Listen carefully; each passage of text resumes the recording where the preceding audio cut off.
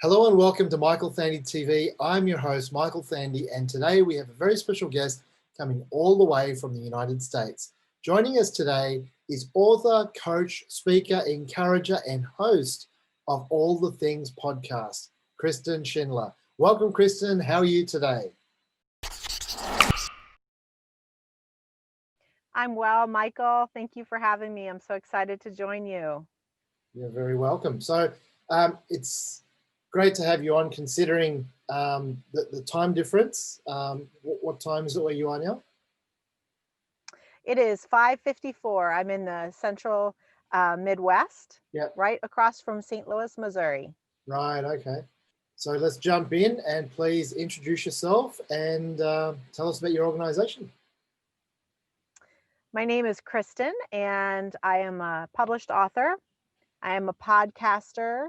I'm also a homeschooling mom of three and a small business owner. Wow. And my goal really is to help people with hashtag all the things. Mhm. That is what the name of my book is about. And what I have found, especially as a mom, but not necessarily just because I'm a mom, it really affects absolutely everyone, married, single, if you're a parent or not, old, young.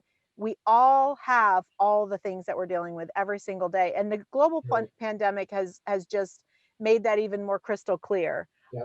And so what I do is I help people to look at the things in their lives. And I actually have it broken down into 6 areas that stand for THINGS, things, Mhm. and really analyze those things and how they are either helping or hindering them to focus on the things they're being called to do in life.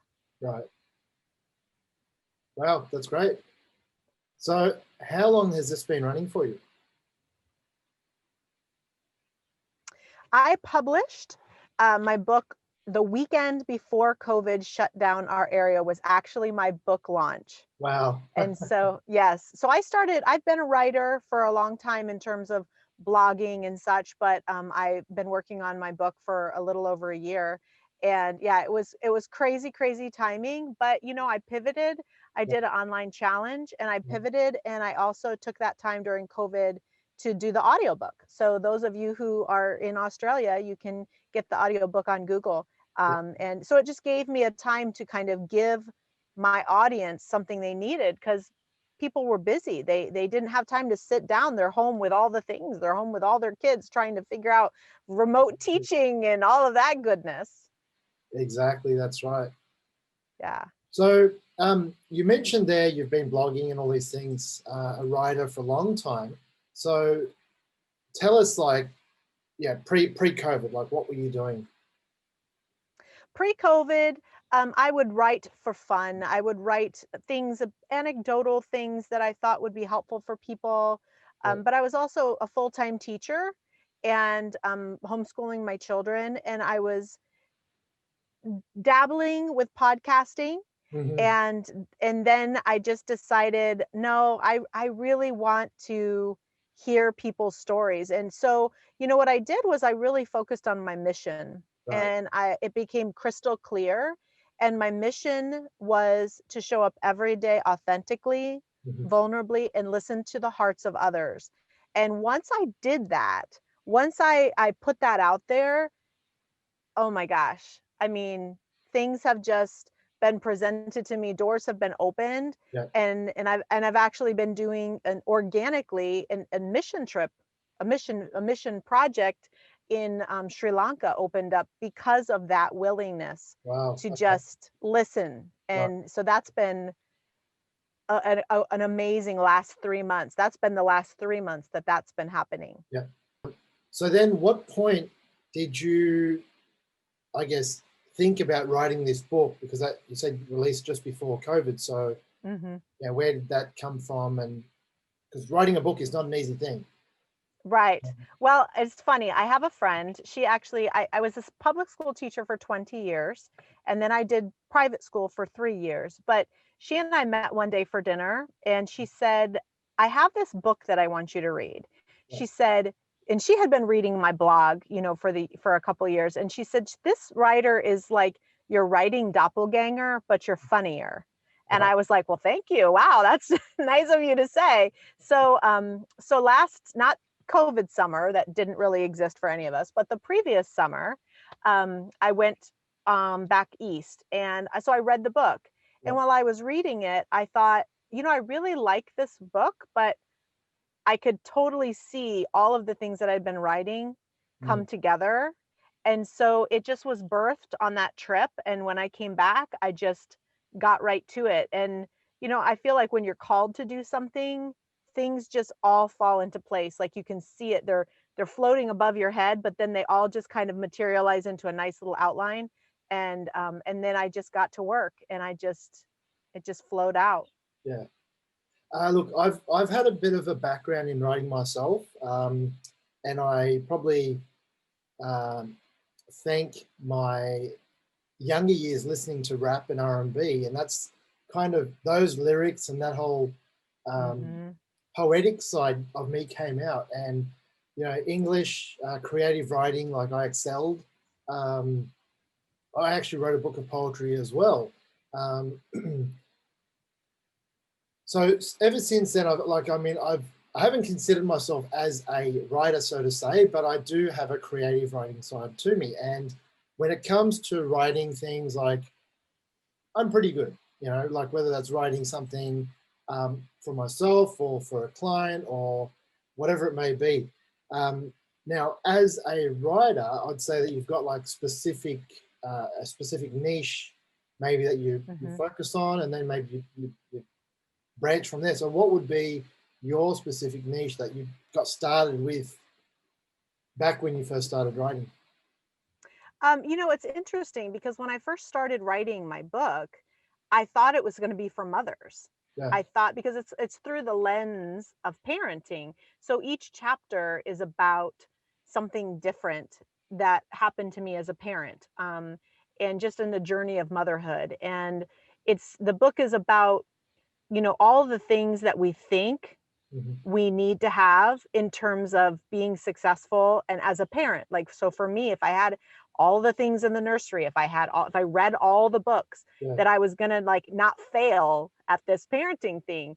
um but the book is about like the most important things aren't things. Yeah. And we all know that. I mean, we're not idiots, but we just get lost. We forget that when we're on the journey, like we forget we're supposed to drink water while we're hiking. I mean, that's what people do. Yeah. And so I thought it was for moms, but I had a friend who wasn't a mom, and she was a dear friend of mine, and she read the book during COVID, Mm. and she called me, and we've been friends for since I was 16 years old. And I'm not going to tell you how old I am, but I'm not 16. And so she said to me, she said, I just wanted to tell you that I just got done reading your book today. And she had a friend who sent her a copy, and neither of them are married, neither of them have children. And Mm. so they had a lot of time on their hands during COVID. Yeah. And she said, I was halfway through your book, and I found out that I lost my job. My job was closing. She worked for a school for 25 years. Right. Her school is closing, not, I mean, just closing. And so we were talking, and I said, well, I'm getting ready to launch my podcast tomorrow, and I'm going to call it All Things Motherhood. And she said to me, I'm so glad that you didn't call your book All Things Motherhood. She Yeah. said, because I wouldn't have put it in my cart. Not that I wouldn't have wanted to support you, but I'm not a mom. I'm never going to be a mom. And you're limiting yourself. She goes, you don't have to be a mom. She goes, I saw your examples through the lens of motherhood, Right. but I was able to relate it to anything I was dealing with. And that's the thing, Michael. We all have all the things. And Absolutely. so that's when I started and I believe, like, I'm a believer, so I believe in signs big. Yeah. And so for me, I was ready to launch that podcast the next day. I had the artwork and everything, and I know that I wasn't supposed to call it All Things Motherhood, so I just called it All the Things with Kristen Schindler. And so I have men as guests, I have women as guests, Yeah. and we talk about the things. So it's just become a life of its own. Mm. And it's just taking on its own breadth and strength. And that's just part of the exciting part of the journey too, to see where it leads you. Yeah, absolutely. I've always looked at niches do become a pigeonhole. You know, there's so much more potential everyone has rather than segmenting themselves right down into, you know, like a particular niche. And that's why I said, did you start with a niche and branch out? Because just from speaking with you, I can see that there's more than just one niche. And that's how I've always been, is that you might focus on a niche, but then, you know, you're going to have offshoots to that as well. So tell us Right. about all the things. So you said you've got the website. So we'll put the website at Yes. the bottom of this recording, but tell us, what can people expect and experience when they come to your website? Well, for right now, they'll see there's a big push for an international mission project that was actually birthed. So one of my chapters in my book is called Gratitude Pie. So Right. this time last year in the Midwest, it's big apple picking time. So my kids all wanted to go apple picking. We went apple picking. They came home and they said, "Hey, Mom, can we make an apple pie?" And I said, "Sure."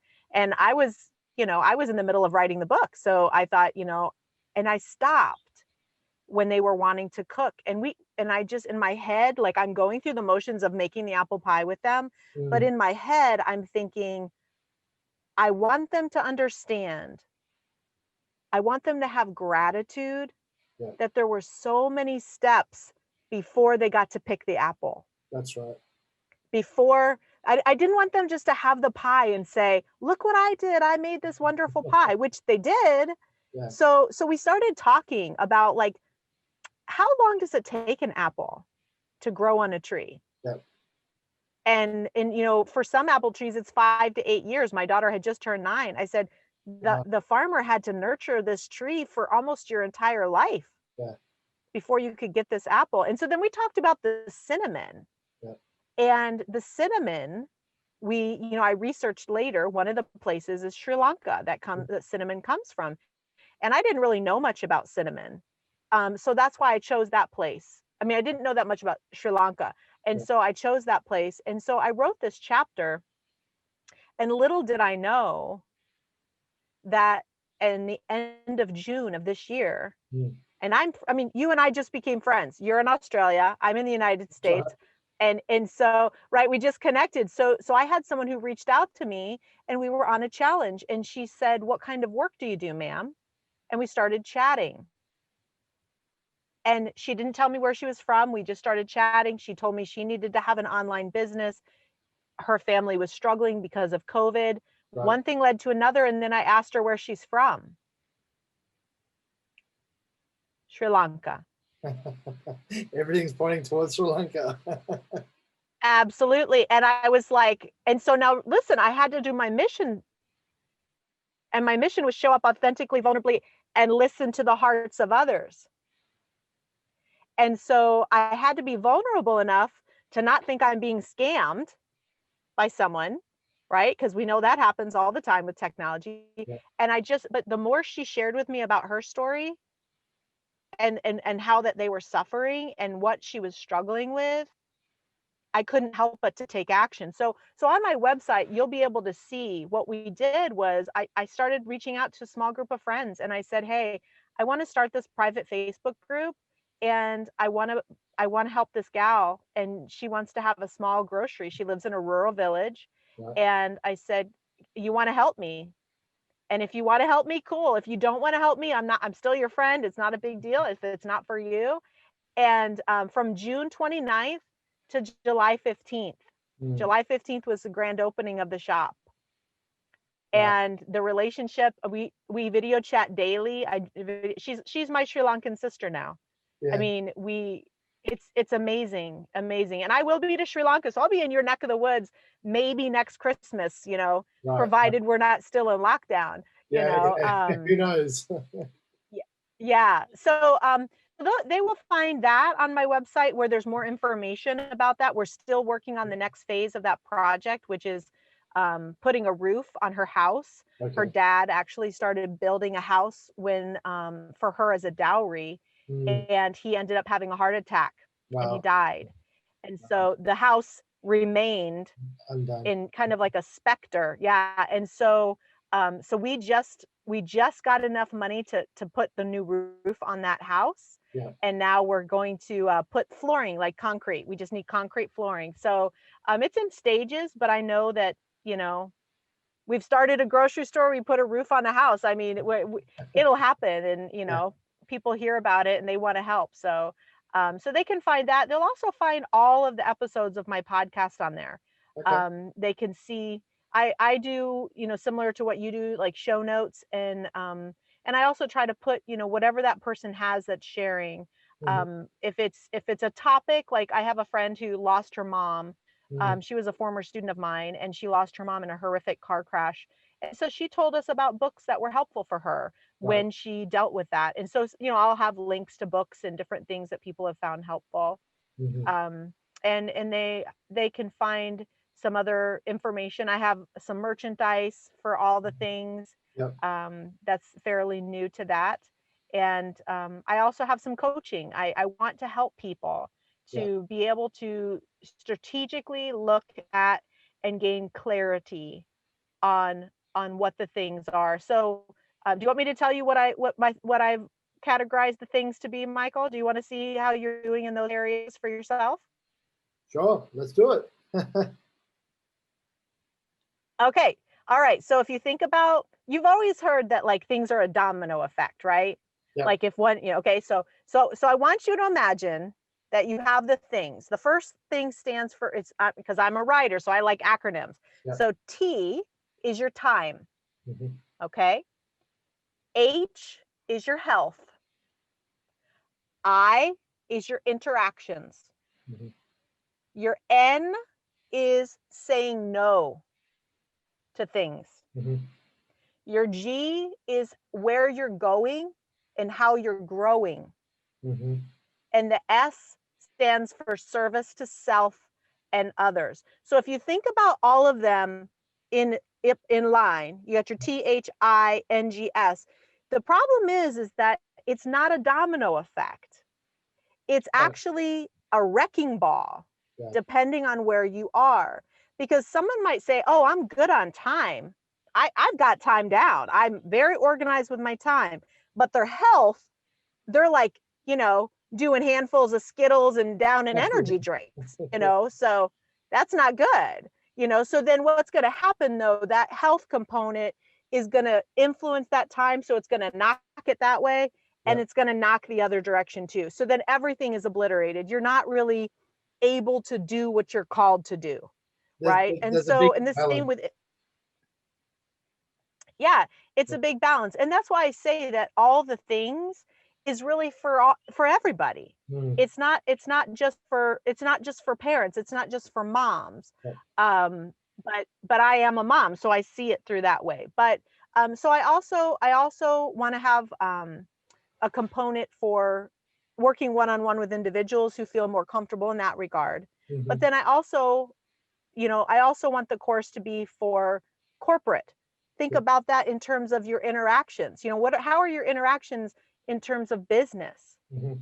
And maybe your business interactions are going great because you spend so much time in the office and you've got that down, but you're so tired that when you come home, your interactions with your children, and that's how I felt when I was teaching full time. I Right. would pour into the lives of other people's children, Yep. and when I would get home, my patience was oftentimes there wasn't a lot of grace there, Yeah. and I didn't feel good about that. So so what area, Michael, do you think that you are really doing great in? I think I'm doing, yeah, I think I'm doing great, like in the work area of things. Um, Mm-hmm. the health is something which has taken a bit of a toll. Um, I mean, and I'd say, you know, this is going back from, well, let's go back to probably like the last, 3-4 years. Prior to that, health was the priority, and then work took over and health kind of took a step back.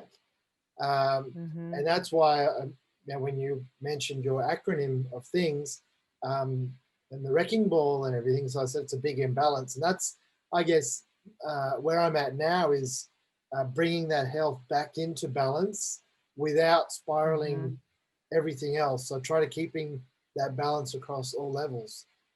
And I Yeah, think it's and just it's been, very difficult.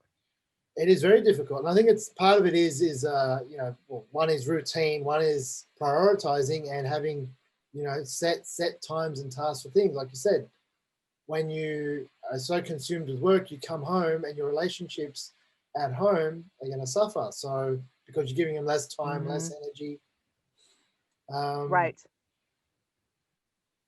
I think that another area that I think a lot of people struggle with is the N, which stands for no, because too often we don't say no mm, to things, and it could be because out of guilt. I don't.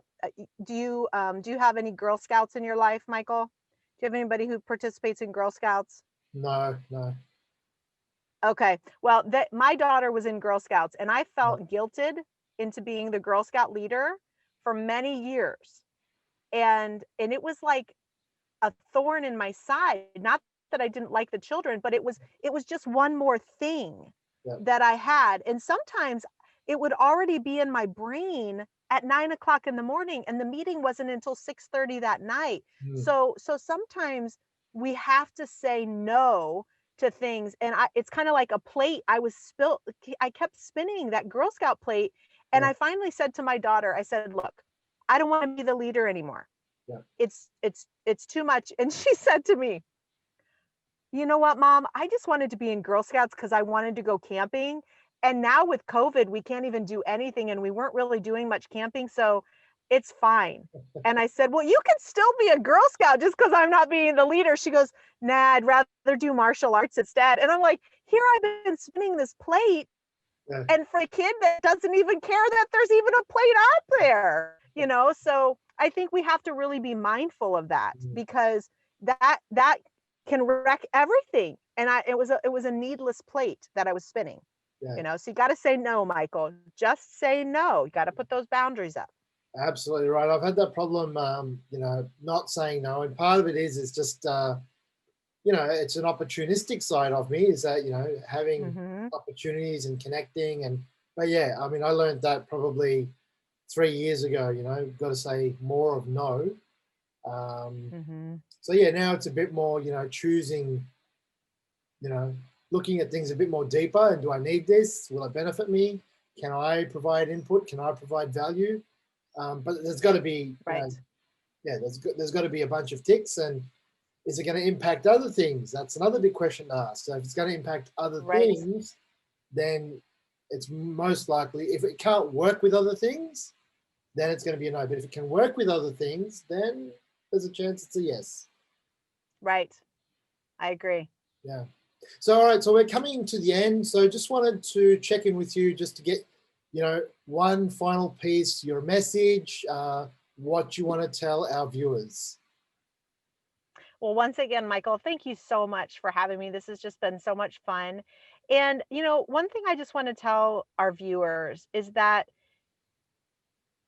when you don't have a clear grasp of the things in your life that are the most important things, then the other things in your life, they're like vines. They're just going to go rampant, and they're going to choke out all those other things that are really the most beautiful things. And the things that are the most important are the things that are going to leave a long legacy of love and memories. And that's what's going to be what stays in your heart when everything else is gone. So I want to let your viewers know that. And if they are interested in learning more, I'd love to hear from them. I'm on the journey, and I just can't wait for it to see where the next bend in the road takes me. Perfect. So for people that want to connect with you, how do they reach out and get in touch? Yes, so they can go to my website at kristenleeschindler.com. Mhm. And I also have a public Facebook page called All the Things with Kristen Schindler. And Okay. I have a lot of inspirational content there, really trying to be uplifting, especially during this time where a lot of people are struggling.